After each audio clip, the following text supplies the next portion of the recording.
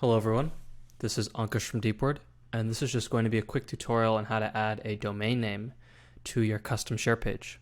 So here we have our custom share page. It's set up. We have the logo, we have the text we want them to say, and we have the colors of the buttons. And if we click the preview button, we'll see that this is about what the share page will look like when it's done.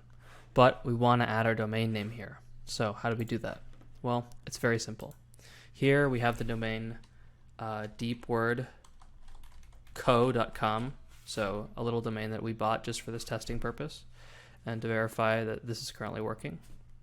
And if we click the verify your domain button, basically all that we have to do is we have to go to our Google DNS settings, or whatever your hosting provider is, your hosting provider's DNS settings. We have to click manage custom records, create a new record,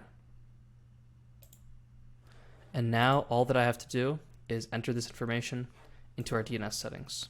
So this is just the time. We can set this to the lowest, 60. This doesn't really matter, and not all hosting providers actually have this, but if you're on Google, you will. But again, this section doesn't matter. Here we want to select CNAME, and then in this, the host, we can just copy this, which is share. And then here in the actual domain name, we can copy DeepWord's domain. Now I'm going to click the save button.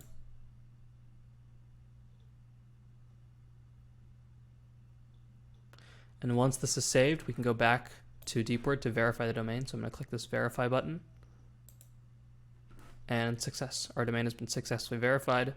This may take up to 20 or so minutes, but it's usually pretty instant.